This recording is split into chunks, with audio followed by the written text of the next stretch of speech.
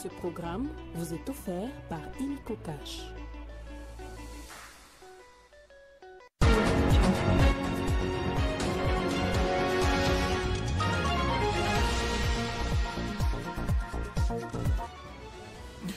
Deuxième jour des consultations pour la formation du gouvernement d'union nationale. Ce mardi à Kinshasa, Jean-Pierre Bemba, en tant que membre du présidium de l'Union sacrée ancienne version, a clôturé la liste chez Eberhard Kolongele. Tous se mettent d'accord pour un gouvernement de combat alors que l'opposition a totalement boycotté. Cessez-le-feu entre la Russie et l'Ukraine obtenu en mer Noire par la Maison-Blanche. L'annonce a été faite ce mardi, mais de nombreuses zones d'ombre demeurent sur l'effectivité de cette démarche. L'Ukraine, de son côté, appelait à des discussions pour régler les détails des arrangements. Les léopards à la chasse ce soir en Mauritanie. Après leur succès face au Soudan à Kinshasa, les fauves menés par Sébastien Desabre vont tenter le tout pour le tout dans quelques instants pour arracher la tête du groupe B des éliminatoires pour la Coupe du Monde 2026 à la fin de cette trêve. Mesdames et messieurs, bonsoir. Bienvenue dans ce journal qui, je vous assure, est en phase avec tous les sujets de l'actualité du pays et même en dehors des frontières, comme vous l'avez si bien vu dans les sommaires. Priorité aux consultations du conseiller spécial du président de la République, vers qui les yeux et les oreilles politiques sont tournés en ce moment. L'objectif national à la guerre dans la partie est du pays. Ce mardi, le conseiller personnalités, partis et regroupements politiques, parmi lesquels l'UDPS, l'UNC, le mouvement AB50. En prélude des négociations qui devraient s'ouvrir au sein de la classe politique congolaise, les femmes leaders de Vinci Province et les chefs des confessions religieuses se disent satisfaites de l'aboutissement du plaidoyer mené par la ministre des Affaires sociales, Nathalie Aziza Mounana, auprès du président de la République, Félix Tshisekedi, pour un dialogue inclusif au nom de la solidarité nationale. Jeudi 20 février 2025, au fleuve Congo Hôtel, les femmes étaient en avant-plan. Une délégation de femmes leaders de Vinci Province et des chefs de confessions religieuses sont venus rencontrer la ministre des Affaires sociales, Nathalie Aziza Mounana, pour déposer leur mémo auprès d'elle, pour que, au nom de la solidarité nationale, que Nathalie Aziza Mounana soit leur ambassadrice auprès du chef de l'État, Félix-Antoine Tshisekedi Tshilombo, pour ouvrir un dialogue inclusif. S'il vous plaît, Monsieur le Président, je sais que vous avez toutes les raisons du monde pour ne pas accepter le dialogue. Parce que vous ne pouvez pas dialoguer avec ceux qui sont en train de vous poignarder au dos. Vous avez raison, mais à cause de nous, acceptez de vous mettre sur la table pour qu'on arrête de nous violer.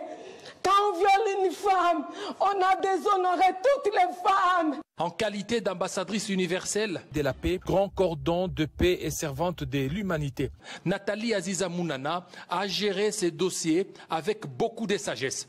Elle a remis dans les 24 heures qui suivent à la première ministre Judith Toulouka et au président de la République Félix Tshisekedi par son directeur de cabinet. Un mois après, la démarche de la ministre Nathalie Aziza Mounana et les plaidoyers des femmes de Vinci Province a porté les fruits.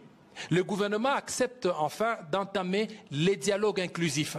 Occasion pour les femmes leaders de Vinci Province et confessions religieuses de venir remercier la ministre Nathalie Aziza Mounana pour les efforts consentis. Nous étions passés par son Excellence Madame Nathalie Aziza Mounana comme la porte, d'accord, pour apporter notre plaidoyer au chef de l'État, et chose qui avait été faite avec succès et brio. Et aujourd'hui, 1 mois et 4 jours après, nous sommes revenus remercier son Excellence d'avoir été justement ce porte-étendard de notre message auprès du chef de l'État, puisque nous en avons vu les signaux positifs, parce que finalement le chef de l'État a accepté d'aller au dialogue. Chaque fois qu'une mère se décide, la nation s'élève, dit-on. Réunion ce mardi au commissariat de la police des membres du comité conjoint de coordination pour l'évaluation de la mise en œuvre du projet de professionnalisation de la police pour la population, la paix, P4P phase 2. Des enquêtes approfondies ont été décidées à travers la mise en place d'une commission ad hoc. Ce projet vise le renforcement de la police de proximité qui contribue directement à l'établissement d'une sécurité durable. Après la phase pilote du projet de professionnalisation de la police pour la population et la paix, expérimenté dans la commune de Kimbantseke, le gouvernement provincial de Kinshasa et la JICA, agence japonaise de coopération internationale, se sont décidés au cours de la réunion d'instituer une commission ad hoc. Pour cette commission, il sera question d'approfondir les enquêtes avant d'aborder la prochaine phase et clôturer l'implémentation du projet P4P. Le commissaire général de la police, Alonga Boni, revient ici sur les défis liés à ces réformes policières. Les sous-effectifs des policiers, parce que la police de proximité exige qu'il y ait un nombre impressionnant de policiers, en partant du principe des ratios prévus par le CCRP, le comité de sécurisation de la réforme de la police, qui prévoit un policier pour 350 personnes. Donc nous sommes en deçà. Une police, pour qu'elle soit respectée et respectable, doit avoir des assises solides, doit avoir un poste de police que certains d'autres appellent l'hôtel de police, donc qui soit représentable. Un projet appuyé par la JICA pour renforcer les capacités de la police nationale congolaise sur terrain. Tous les policiers doivent apporter cette mentalité. C'est la plus importante chose pour le JICA aussi et pour les Congolais aussi. À son tour, le ministre provincial de l'Intérieur, Thierry Chitenga, parle de la réceptibilité de la population. Nous attendons aussi de la population d'être réceptive de ce que vont jouer comme rôle les policiers qui ont été formés ou qui sont en train d'être formés. L'implémentation des P4P, projet de professionnalisation de la police pour la population et la paix dans d'autres provinces, vont se poursuivre une fois terminés dans la province de Kinshasa. L'inspection générale de la police nationale congolaise couvre désormais les 26 provinces du pays. Sur décision du vice-premier ministre de l'Intérieur, 10 chefs d'antenne de l'IGPNC viennent d'être affectés pour couvrir l'ensemble de la République démocratique du Congo. Ce mardi, l'inspecteur général de la police nationale congolaise, le commissaire divisionnaire principal Patience Philémon Mouchidiav, s'est entretenu avec ses chefs d'antenne et leurs adjoints pour leur transmettre la vision et les instructions précises de ce qu'ils doivent faire dans leurs provinces respectives. D'entrée de jeu, l'inspecteur général de la police nationale congolaise, Philémon Patience Mouchidiav, a rappelé les missions de l'IGPNC qui constituent la boussole de ses 10 chefs d'antenne. Il a insisté sur le respect des autorités provinciales et une bonne collaboration avec les autres membres du Conseil provincial de sécurité. Le commandant suprême, son Excellence Félix Antoine Tshisekedi Tshilombo, notre chef de l'État, prône un État de droit. Il veut et il tient à tout prix que sa police soit une police professionnelle, une police républicaine et respectueuse des lois et des droits humains. L'inspection générale et ses antennes, nous avons l'obligation de soutenir le chef de l'État et son gouvernement dans sa vision. Qu'est-ce que nous allons faire, nous, de l'inspection générale de la police? Redorer l'image prestigieuse de la police nationale congolaise par notre comportement qui doit être irréprochable. Éradiquer les actions de violation des droits de l'homme, surtout lorsque nous parlons des arrestations arbitraires et des détentions illégales. Afin de permettre à ces 10 chefs d'antenne de mieux s'installer, le général Patience Mouchidiav Philémon a remis à titre symbolique des matériels informatiques, outils de bureau et tickets de voyage pour leur déplacement. Il faut signaler que l'inspection générale de la police nationale congolaise a pour mission de contrôler, d'auditer, d'enquêter, d'évaluer les services et unités de la police nationale congolaise. Avec cette couverture nationale, l'inspecteur général de la police sera désormais au parfum de tous les habits des droits humains qui seront commis par les personnels de la police à travers la République démocratique du Congo. L'inspecteur général chef des services de l'inspection générale des finances a reçu en audience la délégation du programme des Nations Unies pour le développement au menu de l'évaluation de la coopération entre l'IGF et le PNUD. Une délégation du programme des Nations Unies pour le développement PNUD a été reçue ce lundi à l'inspection générale de finances. Les ordres de Jules Alunguet, inspecteur général de finances, chef de service, étaient conduits par le représentant résident en RDC, Damien Mama, Les échanges ont tourné autour de l'évaluation de la coopération entre l'Inspection générale de finances et le PNUD. Il faut noter que l'IGF bénéficie depuis plusieurs années de l'appui technique du PNUD dans le domaine de l'informatique. Un logiciel du traitement ou d'analyse de données dont du PNUD à l'IGF a été essentiel dans le travail des inspecteurs des finances et de l'administration de ce service de contrôle supérieur. Plusieurs dotations ont fait l'objet de ce partenariat de la part du PNUD, notamment des ordinateurs, des panneaux solaires ainsi que la licence pour l'exploitation du logiciel TeamMate et autres matériels.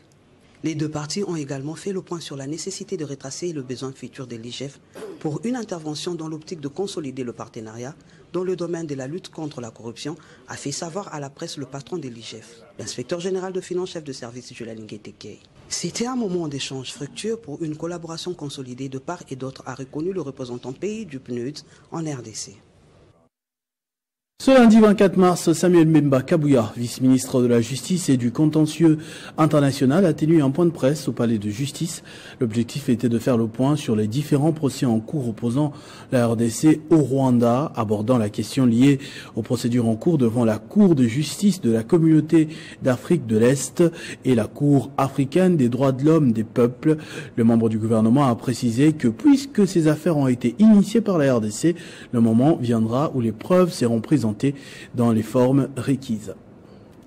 Il y a actuellement 3 procès en cours contre le Rwanda de Paul Kagame et ses supplétifs du M23, lesquelles procédures ou procès requièrent les preuves qui doivent venir à la fois des victimes, mais aussi des témoins ou encore de toute personne ayant des informations à fournir à la justice internationale.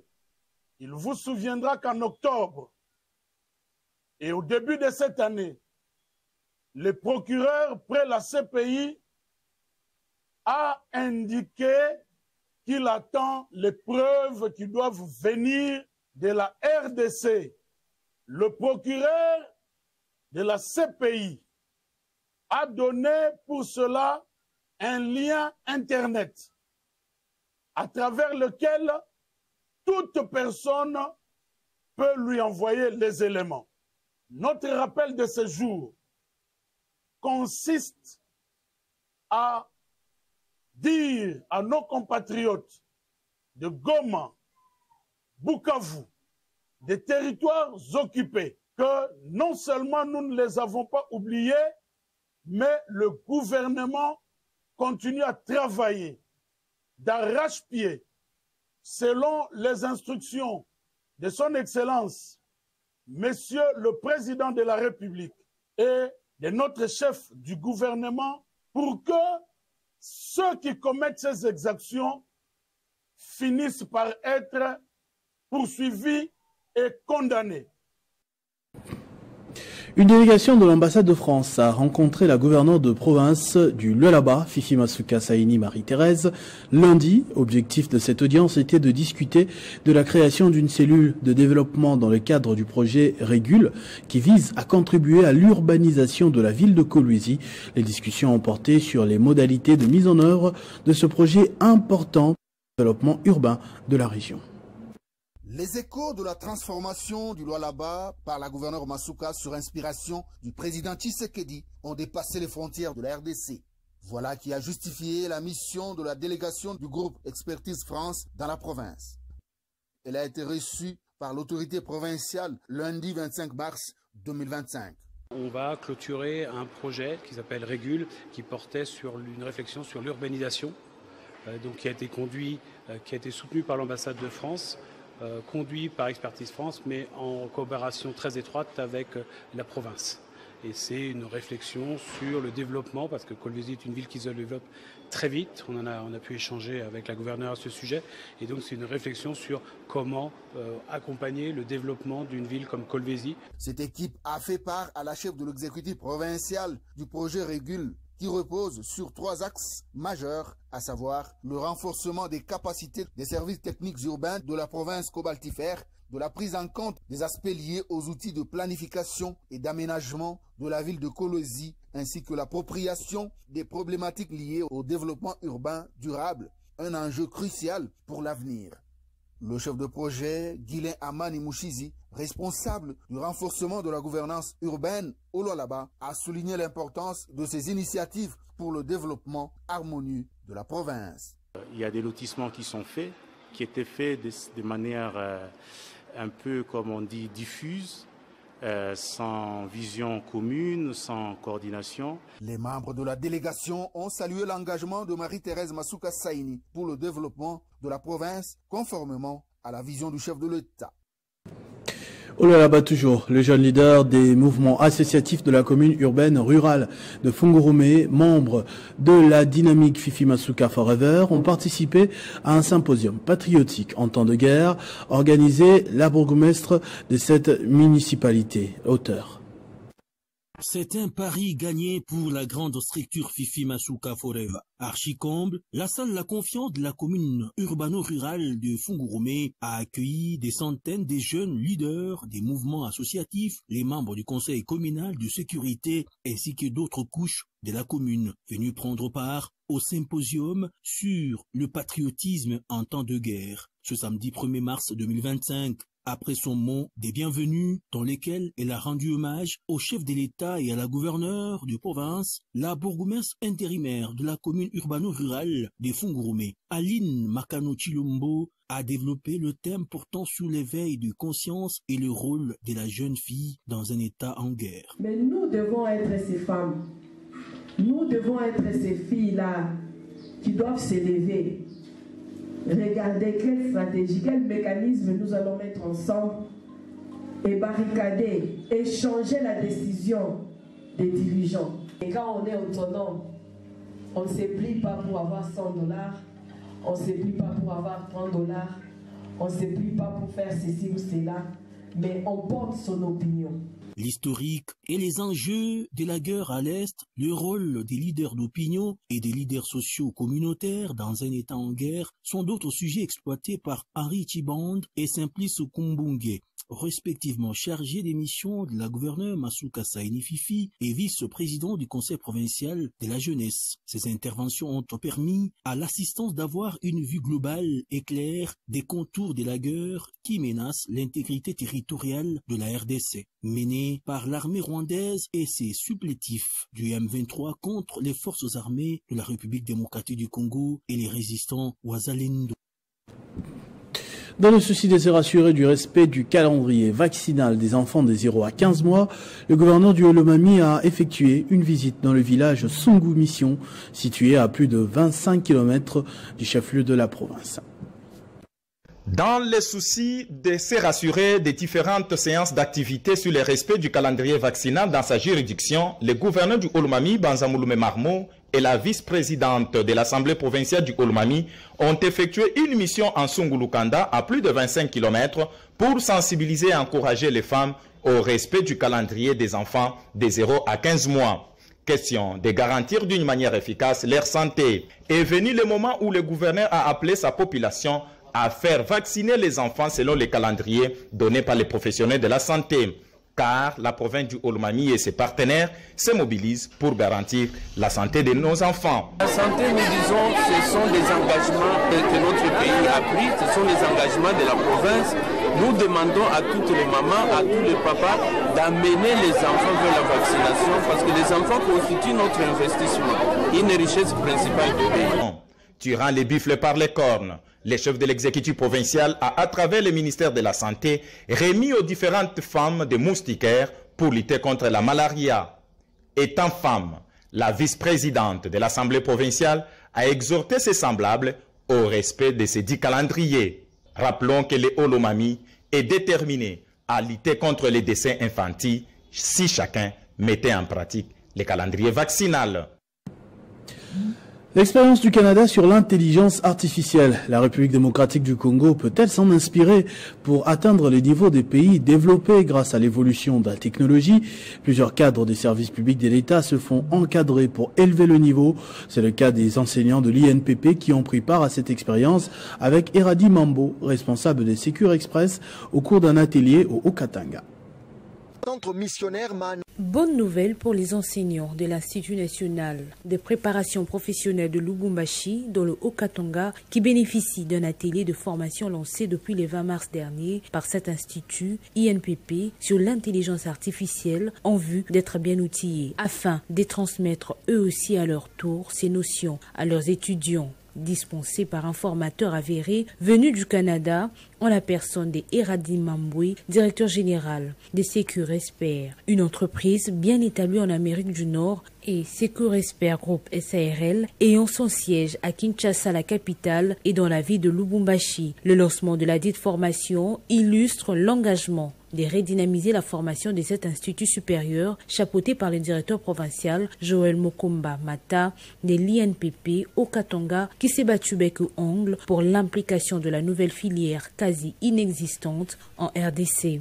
C'est une formation que nous n'organisions pas formellement à l'INPP. Nous avons voulu, comme la pratique le veut, quand on cherche à mettre en place une nouvelle filière de formation, c'est d'avoir une expertise en cette matière. Prenant la parole, le formateur Eradi Mambo, Magnan de l'intelligence artificielle au Canada, ayant plusieurs projets à succès, comme le système de sécurité à la prison fédérale du Canada, d'où il vit. C'est excellent. Le but poursuivi pour cette formation est d'avoir une bonne masse critique de techniciens qui vont maîtriser cette technologie. Très touchés par cette belle initiative, quelques formateurs de l'INPP au Katanga n'ont pas caché leur satisfaction. Pour nous, nous sentons que c'est vraiment quelque chose qui était demandé, qui n'existait pas. On voit aujourd'hui comment les maisons sont intelligentes, les hôtels, les institutions. À titre de rappel, l'intelligence artificielle a pour but majeur l'amélioration de la productivité humaine tout en permettant aux travailleurs d'accomplir leurs tâches plus efficacement partout dans le monde sans aucun regret. Toujours dans le Haut-Katanga, dans le cadre des activités liées au mois de mars dédié à la femme, Céline Kanyeba Munanga, ministre provincial honoraire de l'économie du Haut-Katanga et cadre de l'UDPS Lubumbashi, a animé une conférence au bénéfice des femmes de l'église Mahanaïm sous le thème « La femme, le droit et le devoir de l'autonomisation ». Centre missionnaire Mahanaïm de Texaco à Lubumbashi, dirigé par le prophète Paulin Mbombo, qui a servi de cadre pour la tenue de cette conférence sur le thème « La femme, le droit et devoir et l'autonomisation ». L'église a été prise d'assaut par une assistance en majorité féminine. Celle-ci a été sensibilisée sur ses droits, ses devoirs et les notions d'égalité et d'autonomisation pour son épanouissement. La servante de Dieu, Céline Kanyeba Munanga, ministre honoraire de l'économie dans le Haut-Katanga, qui a développé ce thème central, a martelé qu'il est important que la femme congolaise qui a perdu son manteau d'éducatrice puisse se relever afin de redresser la situation dans la société congolaise actuelle. Nous disons que tout ce qui se passe dans ce pays, que ce soit l'invasion à l'est du pays, que ce soit l'insécurité sur l'étendue du territoire, que ce soit la corruption et toutes les antivaleurs, ces choses sont faites par les fils de la femme. Donc quelque part, il y a une femme dans ce pays qui a raté son obligation d'éducatrice et qui a fait de cet enfant un antisocial. Il est important que la femme se lève aujourd'hui, qu'elle récupère son manteau d'éducatrice afin de redresser la situation dans la société et de permettre à notre nation d'aller de l'avant. Pour sa part, la servante de Dieu Patricia, épouse du prophète Paulin Mbombo, s'est dite heureuse car cette conférence débat, animée par Mme Céline Kanyeba Munanga, a permis de promouvoir le droit des femmes et des filles, l'égalité des chances et l'autonomisation, l'essentiel pour construire une société plus juste et inclusive. Et je crois qu'après cette activité, les femmes qui étaient dans l'ignorance vont sortir de cette ignorance et elles sauront comment réclamer le droit. Et cette conférence débat qui a réuni différentes couches sociales des femmes de Lubumbashi a été une grande tribune qui a permis à la femme louchoise de s'exprimer sur ses droits, ses devoirs et son autonomisation comme voulu par le chef de l'État, Félix Antoine Tshisekedi Tshilombo, champion de la masculinité positive. Ce communiqué, d'abord, avant de passer à la page internationale, il nous provient de la famille du questeur de la CENI, AG Matembo Toto, à l'occasion de la commémoration du 2e anniversaire depuis le décès de leur regrettée et tendre épouse, tante, sœur et nièce, maman Assina Kitumba Assina Matembo. Les familles AG Matembo Toto et Abad Kitumba Khan vous prient de partager en sa mémoire les cérémonies ci-après, d'abord à Lubumbashi le 27 mars, puis à Kinshasa le 29 mars. Le programme de recueillement à Kasangiri commence déjà à partir de jeudi.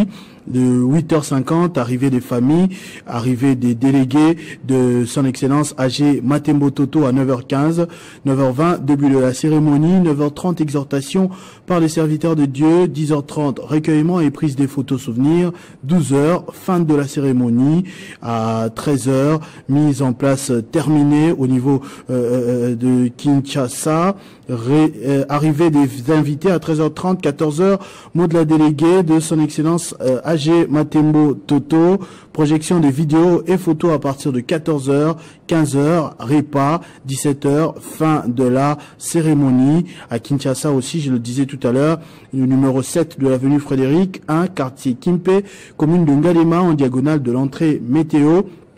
13h, mise en place terminée, arrivée des invités, 15h, exhortation, 16h, mot de remerciement de son excellence AG Matembo Toto lui-même, 16h15, prise des photos souvenirs, 17h, repas et rafraîchissement, 20h, fin de la cérémonie du 27 mars 2023, 27 mars 2025, 2 ans déjà depuis que Assina Kitumba Assina Matembo a quitté la terre des hommes. Conflit russo-ukrainien. Les deux parties viennent d'accepter la cessation des hostilités en mer Noire. C'est Washington qui l'a annoncé ce mardi, rendant compte des discussions des groupes de travail en Arabie Saoudite. Chacun des deux pays a indiqué la Maison-Blanche accepte d'assurer la sécurité de la navigation, de supprimer l'usage de la force et d'empêcher l'utilisation des navires commerciaux pour des objectifs militaires en mer Noire. L'Ukraine a, de son côté, appelé à des discussions pour régler les détails des arrangements annoncés par les États-Unis, signalant que malgré cette acceptation, le flou persiste sur la date de leur entrée en vigueur. Les Léopards de la RDC affrontent tout à l'heure le Mourabitoun de la Mauritanie en marge de la 6e journée des éliminatoires de la Coupe du Monde 2026. Après leur succès face au Soudan du Sud, les Léopards veulent enchaîner une autre victoire pour finir la trêve en tête du groupe B et se rapprocher petit à petit de la qualification à la Coupe du Monde. Ce sera une mission difficile mais pas impossible pour les Fauves dans la ville portuaire des Nouadhibou. Sous la conduite de Harit Lopez, les Mourabitounes seront intraitables. Sébastien Desabre et ses poulains en sont conscients mais craignent le dérapage arbitral comme ce fut le cas en 2023 lors des éliminatoires de la CAN 2024, soldés sur le score d'un but partout. Le passé avec la Mauritanie, j'espère que ce sera une toute autre image du football mauritanien qu'on avait pu voir lors de notre première rencontre à Nouakchott. On avait vu des choses que l'Afrique n'a pas besoin, avec un arbitre qui avait été suspendu 3 mois après notre match. Donc on espère que ça sera du beau spectacle contre une bonne équipe parce que la Mauritanie est en pleine progression. C'est vrai qu'elle a pris un virage, on va dire un deuxième ou un troisième virage après Corentin, Amir et maintenant avec un coach espagnol. 2 ans plus tard, la bande à Sébastien Desabre a beaucoup évolué et s'adapte maintenant à toutes les situations. On est positionné en haut du classement, qu'on est concentré pour prendre étape par étape et essayer de se rapprocher au maximum de notre objectif qui est la qualification pour la Coupe du Monde. L'objectif reste de se qualifier à la Coupe du Monde dans un groupe où le Sénégal et le Soudan se battent pour terminer en pole position. Le chemin à parcourir pour atteindre les États-Unis, le Canada et le Mexique sera très long, mais les Léopards devront négocier tout le match comme si c'était une finale. Ce journal est terminé, je vous en rappelle tout de suite les principaux titres. Deuxième jour des consultations pour la formation du gouvernement d'union nationale. Ce mardi à Kinshasa, Jean-Pierre Bemba, en tant que membre du présidium de l'Union sacrée, ancienne version, a clôturé la liste chez Berand Kolongele. Tous se mettent d'accord pour un gouvernement de combat, alors que l'opposition a totalement boycotté. Cessez-le-feu partiel entre la Russie et l'Ukraine obtenu en mer Noire par la Maison-Blanche. L'annonce a été faite ce mardi, mais de nombreuses zones d'ombre demeurent sur l'effectivité de cette démarche. L'Ukraine, de son côté, a appelé à des discussions pour régler les détails des arrangements.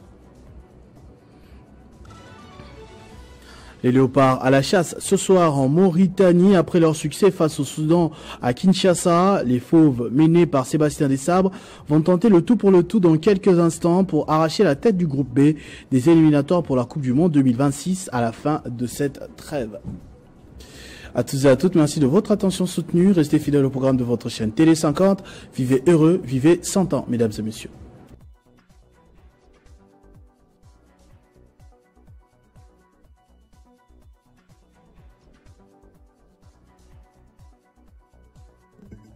Retrouvez toute l'actualité en continu sur www.tele50.cd.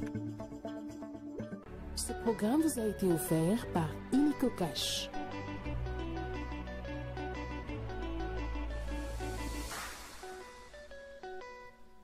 La Direction générale de recettes de Kinshasa, déjà en sigle, informe les personnes physiques et morales propriétaires de véhicules automoteurs, soit automobiles, motocyclistes, tricycles, remorques et semi-remorques, véhicules tracteurs, bateaux et embarcations à propulsion mécanique, baleinières, marges et autres embarcations remorquées assujetties à l'impôt et autres embarcations remorquées assujetties à l'impôt sur les véhicules et le taxe spéciale de la circulation routière qui l'accompagne des recouvrements volontaires de la vignette exercice couplé 2024-2025 débute ce jeudi 12 décembre 2024 et prendra fin le lundi 31 mars 2025.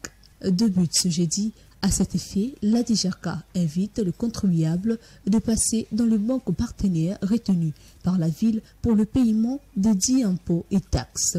Dépasser ces délais, les retardataires s'exposeront au paiement de pénalités conformément aux dispositions légales et réglementaires en la matière. Fait à Kinshasa, Bita Lomoke, Mbokai Edi, directeur général.